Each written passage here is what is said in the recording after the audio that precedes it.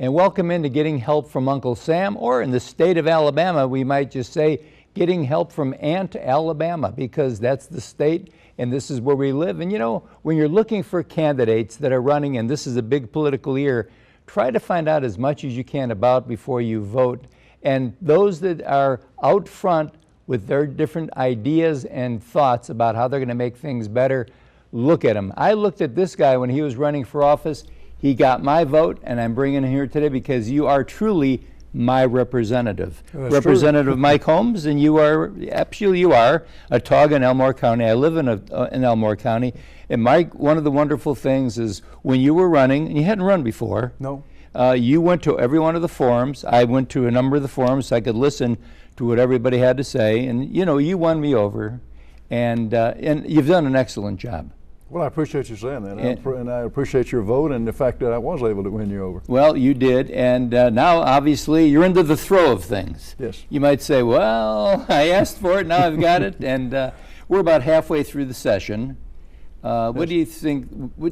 Give us just a review of what's going on, and then more importantly, the preview, how you think things will wind up. Well, let's start off with the positives. Okay. I think compared to last year's session when we really got into controversy with both budgets, but particularly the general fund budget, bogged down, and we really wound up passing budget late. Governor vetoed it. We didn't have time to override the veto because we were so late in the session, and we wound up getting called back to not one but two special sessions. Right. Expensive, very stressful for all the players that are involved, but a lot of dollars for the taxpayers to pay in the special session. And the end result was we came back with pretty much the same budget we passed through that the governor vetoed. Yeah. So I mean, did we really solve anything? And the answer is no, we really didn't. We wasted a lot of time and money.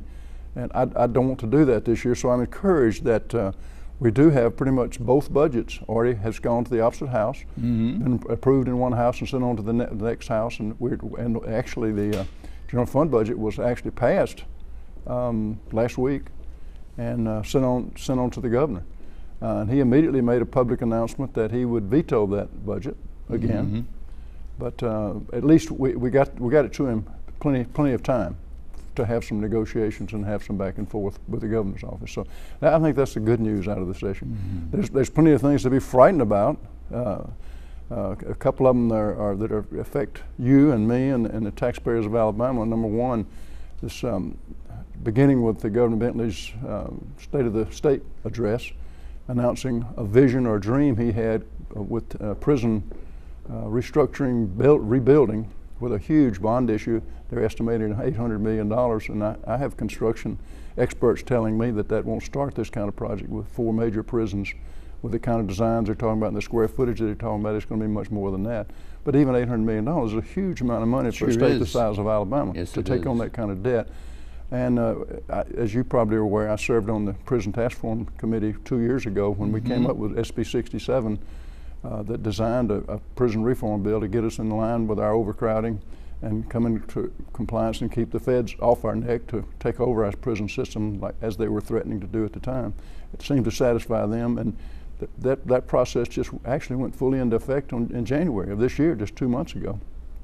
So, and we'd been told during that whole process that there was no way we could build our way out of this. Alabama didn't have the financial base, and actually space was not the problem. The revolving door of prison, behind the bar prisoners was the problem. People are getting released from prison, can't survive on the outside. That's the only place they know. They come right back in for the same crime. And that cutting off that revolving door was the solution, and that's what we spent our time on, is trying to find ways to do that. So the idea of coming in and going into a bond issue with that kind of debt is frightening.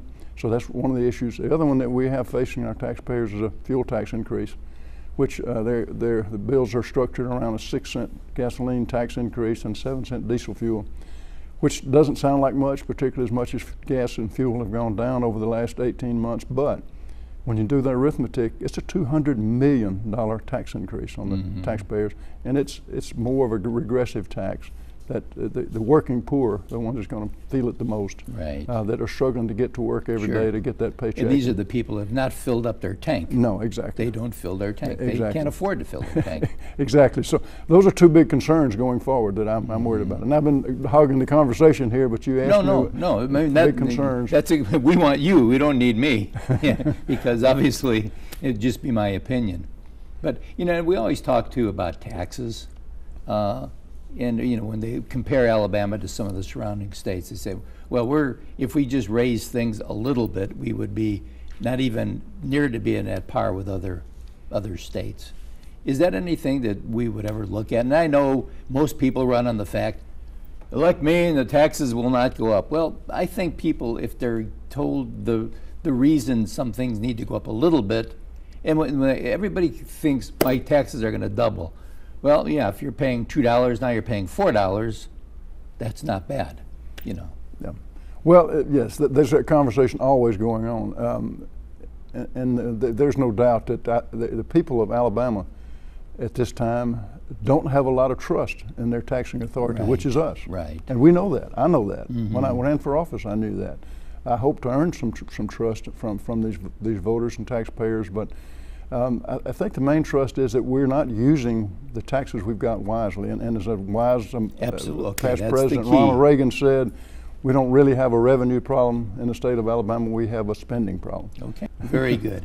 And just remember this, when the legislature's in session, it's very difficult to get to your representatives. When they're out of session, that's the time, visit with your representative, get to know who they are, get to know what's in their mind and what they're thinking. They can really help you because that's what they're there for, to represent you. And we'll be right back right after this.